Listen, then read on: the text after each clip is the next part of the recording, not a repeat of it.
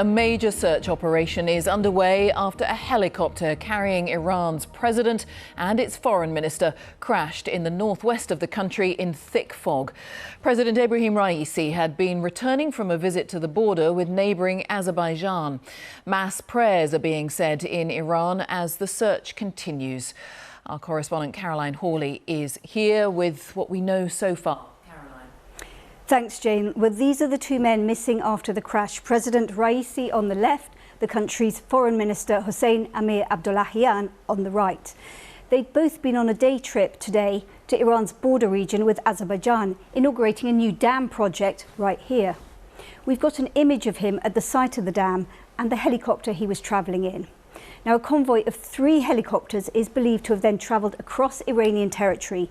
2 returned back safely, but the one carrying the president and foreign minister crashed in mountainous territory in heavy fog in the Julfa region on the border. All contact with it was then lost. You can see how bad conditions were in the area as the rescue operation was underway. A fleet of ambulances on standby. The army is reported to have ordered all resources needed to be thrown at the search. Members of Iran's Red Crescent scoured the rugged landscape on foot for any sign of the missing helicopter.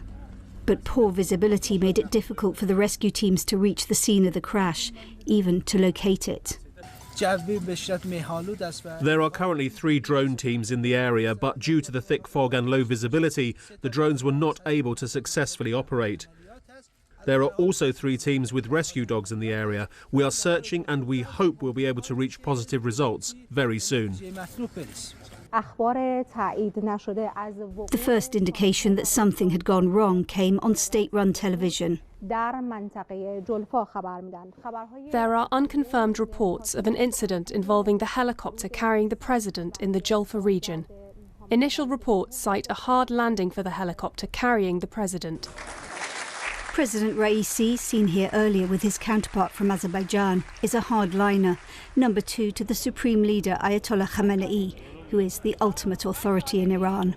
Also missing is Iran's foreign minister, a familiar figure on the international stage. He'd been involved in many negotiations, including over the country's nuclear program. Regime supporters came out to pray for the president, these images broadcast on state-run TV. Though not everyone in Iran is praying for his survival.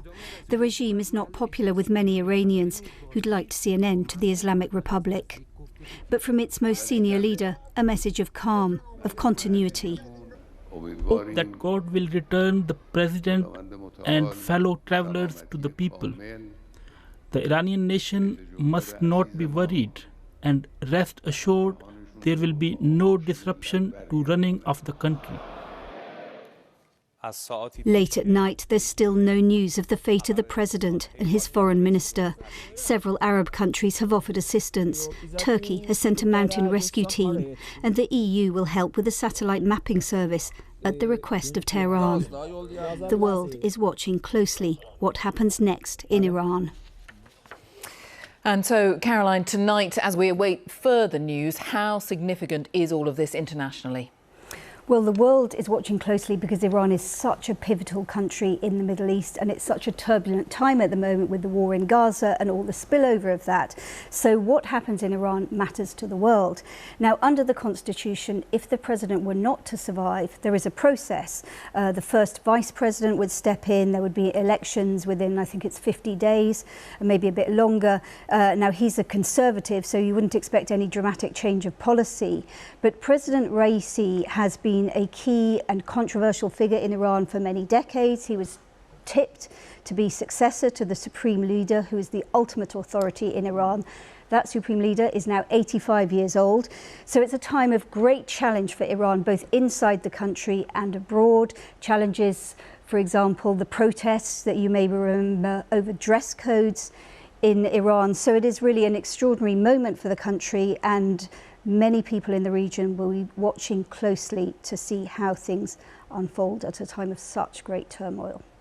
Caroline, all right, thank you for now. Caroline Hawley.